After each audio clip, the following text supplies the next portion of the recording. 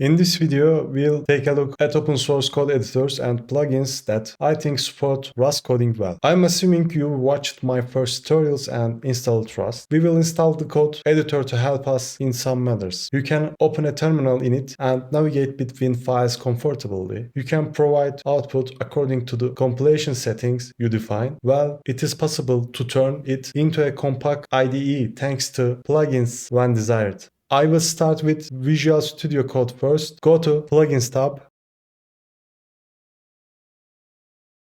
Install Rust Analyzer. Rust Analyzer is pretty handy. When installed, it also shows that there will be a run option on the main function. Thus, by clicking the button, you can quickly compile your codes.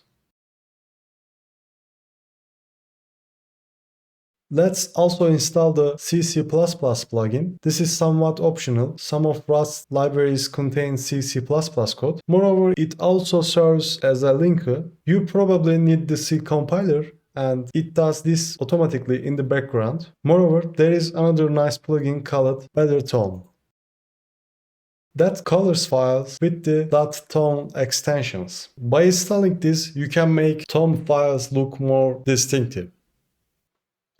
There is another compact code editor that you can write in Python. I recommend pycharm as it is open source and not cumbersome like IntelliJ. Rust plugin developed by JetBrains is really good. I also use pycharm while writing code for some of my projects, and that's why I recommended it to you. Subject to, apart from this, you can also use different code editors, but I wanted to share the open source editors that I am particularly pleased with.